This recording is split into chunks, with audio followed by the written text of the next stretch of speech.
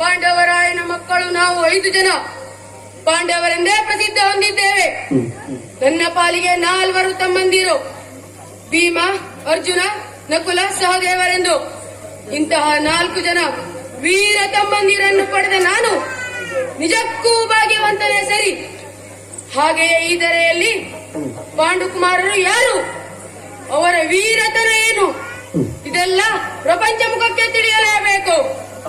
ರಾಜರಲ್ಲಿಯೇ ಶ್ರೇಷ್ಠ ರಾಜರು ನಾವಾಗಬೇಕು ಎನ್ನುವ ಈ ಬಗ್ಗೆ ಈಗಾಗಲೇ ಬ್ರಹ್ಮಮಾನಸ ಪುತ್ರರಾದ ನಾರದರು ಹಾಗೂ ನನ್ನ ಪಾಲಿನ ಭಾವನೂ ದೇವನೂ ಆದ ಶ್ರೀಹರಿಯವರ ಮಾತಿನಂತೆ ಈಗಾಗಲೇ ನಾನು ಯಾಗಶಾಲೆಯನ್ನು ನಿರ್ಮಿಸಿದ್ದೇನೆ.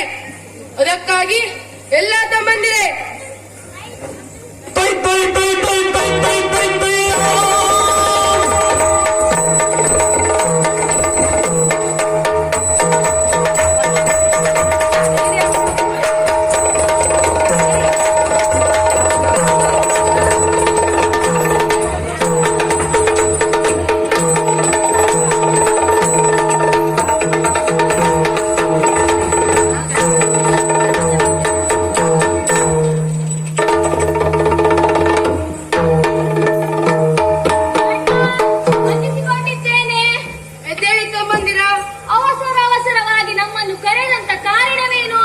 ತಮ್ಮಂದಿರ ಆಲಿಸಿರಿ.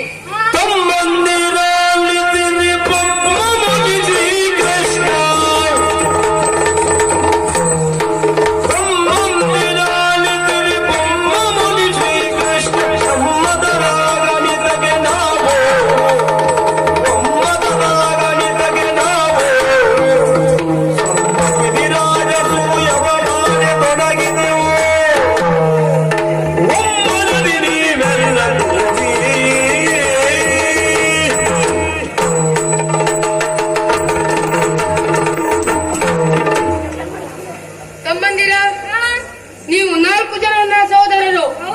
ಹಾಗಾಗಿ ಒಬ್ಬೊಬ್ಬರು ಒಂದೊಂದು ದಿಕ್ಕಿನ ಅರಸರನ್ನು ನೀವು ಗೆದ್ದರೆ ಸುಲಭದಲ್ಲಿ ಹಾಗೂ ಬಹು ಬೇಗನೆ ನಿಮ್ಮ ದಿಗ್ವಿಜಯ ಮುಗಿಯುವುದು.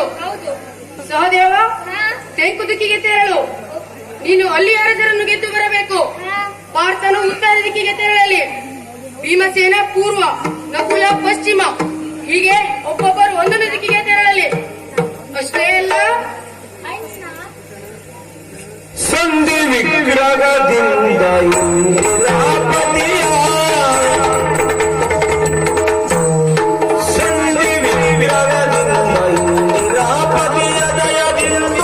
ದೇಶವನ್ನು ಬಿಡದೆ ಚಂದನಿಂದ ಜಯಿಸುವುದು ಬಂಧುಗಳ ಕರೆಬಹುದು. ಚಂದನಿಂದ ಜಯಿಸುವುದು ಬಂಧುಗಳ ಕರೆತವು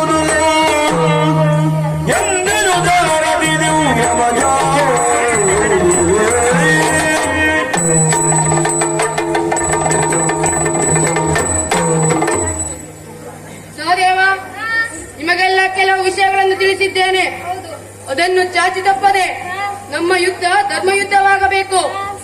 ಹಾಗೆಯೇ ಎಲ್ಲೆಲ್ಲಿ ದೇವರ ಮಂದಿರವಿದೆಯೋ ಅಲ್ಲಲ್ಲಿ ದೇವರ ದರ್ಶನ ಪಡೆದು ಯಾವ ರಾಜ್ಯವನ್ನು ಬಿಡದೆ ಎಲ್ಲಾ ರಾಜ್ಯದಿಂದ ಕಪ್ಪ ಕಾಣಿಕೆಯನ್ನು ಗೆದ್ದು ಬರಬೇಕು.